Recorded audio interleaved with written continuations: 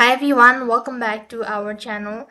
In this video, I'm gonna let you know how you can integrate Webflow with Shopify. So in order to integrate Webflow with Shopify, you just have to follow these simple steps. First of all, you need to go ahead and start with a free trial, or you need to create your account. When you're done creating your Shopify account, then move on to the next field where you have to go ahead and create a Webflow connection. So for that, you need to go ahead and so when you use Shopify with the Webflow website, you need to store and arrange your product. For this, you must create a collection so that you can arrange the product under these collection list.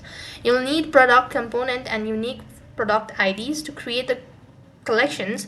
The product components can be arranged in a different sector. It includes name, price, brief descriptions, your long descriptions, image, product component, and product ID as well. Next, you need to add a product to a Webflow collection and mix it. When you've actually done that, you need to add the embedded component to Webflow collection. So you can also create dynamic embeds on your Webflow website for Shopify stores. It makes your product management easier and faster. However, for this, you will need a collection list and a collection page.